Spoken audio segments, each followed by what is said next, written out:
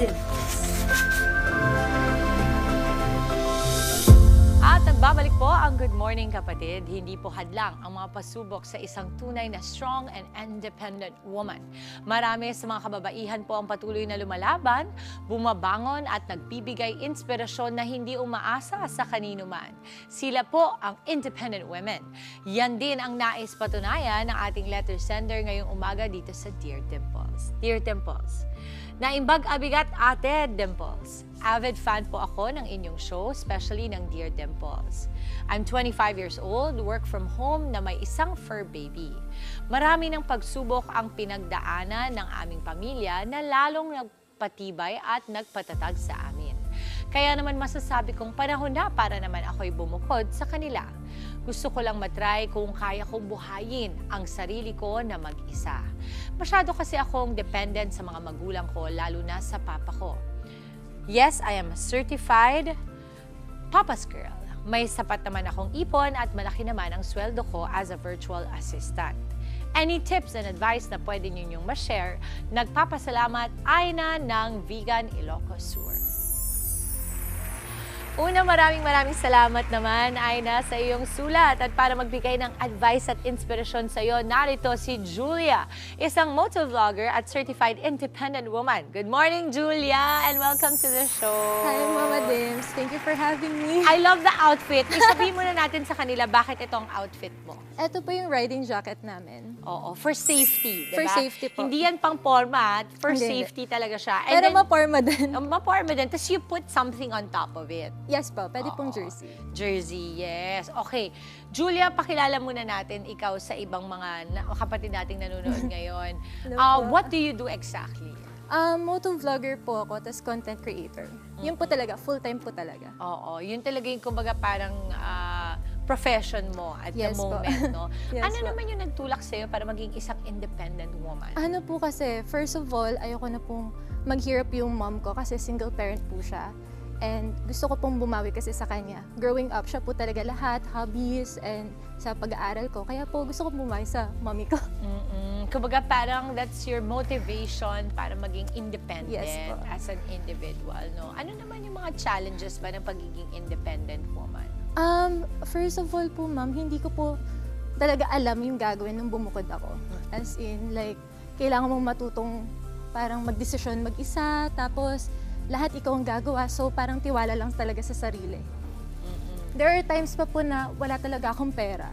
Tapos parang sana magkaroon ako ng brand deal, ganyan. Pero nagdadasal lang po ako, and then dumadating po talaga siya. Ilang taon ka nun nung nag-decide ka na, bubukod na? Ano po, 25. 25 years old. So medyo, ano na rin yun that's a good age na rin to leave. Kasi ako, si Kali nga, 18 years old and we really pushed her to be very independent. That's why she lives now abroad, no? Pero, naging challenge din ba sa'yo na iiwanan mo yung mommy mo? Kasi kung kayong dalawa na lang, solo parent siya, tapos ikaw yung anak niya, mag-isang anak ka ba niya? Dalawa po kami. Ayan pala. So meron ka Yes. pang isa pang kapatid. Pero bunso po ako. Ako po yung unang bumukod talaga. Oo. Yung sister ko po talaga. Gusto niya po sa mom ko. So, nung una, ayaw po talaga niyang parang bumukod ako. Parang hindi ko daw kaya. Kasi ayaw po ng mami ko na parang umalis. Pero sabi ko, mami, try ko lang po. Tapos, ayun, mom. Ang hirap, sobra. Oo. Sobrang hirap po talaga maging independent. So, Oo. Do you gather na you also wanted to be independent because you felt yung nanay mo rin was also independent? yes po. Kasi growing up po talaga, mami ko lang po and sister ko po yung kasama ko. So yun, going towards that part of the story, hindi mo nakilala ba ang iyong father? Hindi po, never po. Pero napakitaan ka ba ng picture? Kilala mo siya? Like, pag nakasalubong mo siya, malalaman mong siya yon? Not sure po, ma'am. Pero kasi po next month, magto-30 na po ako. So, 30 years ko na po exactly hindi nakikita yung dad ko. Tapos, yung kapatid po ng mom ko, binigyan po niya ka ng picture. Oo. Yun lang po talaga nag-iisa. So, simula po bata hanggang high school, na nag-iisip ako, hindi ko po talaga alam yung itsura ng dad ko. Kaya po yun, nung vinlog ko po siya, ayun, medyo naiyak po ako kasi nga, syempre growing up, wala kang dad. So, hindi mo alam yung pagmamahal ng isang daddy. Yun ba isa rin sa mga bagay kung bakit nagtulak sa'yo to be independent? Was it part of the dream na at some point, pag naging independent ako, baka pwede kong mahanap yung tatay ko? Yes po, kasi po yung mom ko parang hopeless na siya, huwag mo nang hanapin yung dad mo. Pero ako po, kaya din gusto ko maging motovlogger. Sana po mahanap ko yung dad ko that time. Hoping pa din ako, Miss Dimples, pero let's see. Ano ba yung last mong alam from him, if I may ask? Nung sinilang po kasi ako, parang umalis na po siya, pumunta siyang US, sa California daw. Tapos, that time, that was 1990s, so wala po talagang communication. Like, walang Facebook, wala talaga, wala. sulat lang Yes, talaga. yes. So, nawala po siya ng communication ng mom ko. Pagkakwento po ng mom ko. Pero yung sister ko po, nakasama po niya yung dad ko. Lahat po ng family member namin, nakasama po nila yung dad ko. Ako lang po talaga yung hindi. So your sister is of the same father? Pareho kayo ng daddy? Different po. Magkaiba? Magkaiba. Pero nakasama niya yung daddy mo? Yes po. Oo, kumbaga nakilala niya. Okay. So ano yung effects sa'yo nun, Julia, na everybody else got to experience being with your father. And here you are, really looking. Kasi marami akong mga kaibigan na pinagdaanan yan. Ang talagang lagi nilang sinasabi. Kasi lagi sinasabi, ba't mo pa hinahanap? Diba? Opo. Kung hindi mo na siya nakikita, ba't mo pa hinahanap? And they always say kasi that they always feel parang there's a missing piece Opo, tama in them na gusto lang nilang buuin. Not necessarily make a connection, not necessarily ask for any help. Walang ganun eh. Wala Nandun lang sila sa gusto ko lang mabuo, gusto kong makita, at gusto kong matanong bakit sila umalis. May ganun ka ba? Meron po. Tapos naiinggit po kasi talaga ako. Kasi yung sister ko po, na-meet, tapos sinasabi niya sobrang bait daw po ng dad ko, ang sweet daw po. Tapos nakakita pa ako ng parang Valentine's card para sa sister ko and mom ko. Tapos ako parang sobrang curious po ako bakit po kami hindi nagkita ng dad ko. Pero wala po nagbibigay talaga ng information. Did you ever ask your mom bakit siya umalis? Opo, sabi po mag-work lang, tapos yun lang po yung binigay niya eh. Tapos hindi na Oh my God. bumalik. Opo. Let's give, Julia, tissue please. Oo. Siguro, ako, Julia, parang nararamdaman kasi kita, I know the vibe, yung parang masayahin ka, you love life. Kasi ang pagmamotovlog at ang pagmamotor is wanting that adrenaline. Yeah. Do you feel na ang pagmamotor mo also aids that heart of yours kapag it's longing for your father's love? Yes po, nakaka-distract po siya. Sobrang nakaka-distract po yung pagmumotovlog ko. Like, talagang pong ginagrind ko po talaga yung sarili ko para sa moment na hanapin ko po yung dad ko.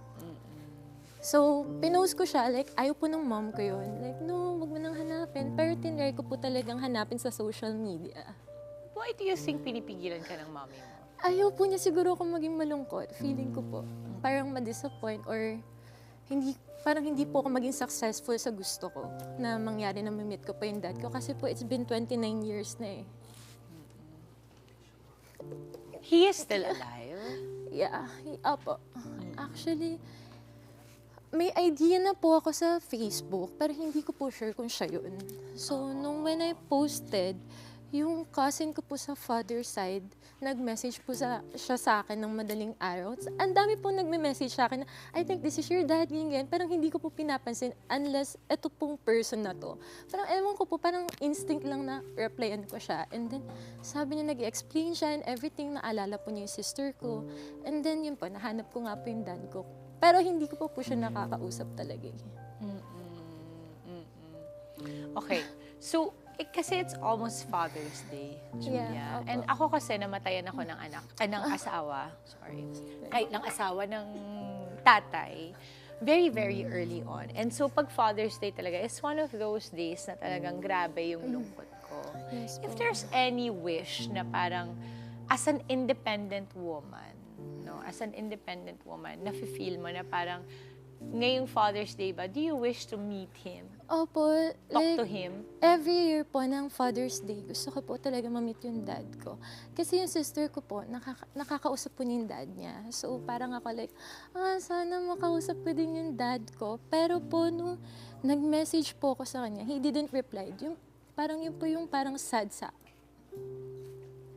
Why do you think he didn't reply?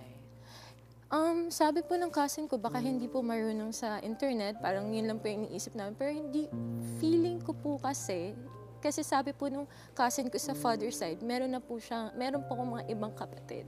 So, pangatlo daw po ako.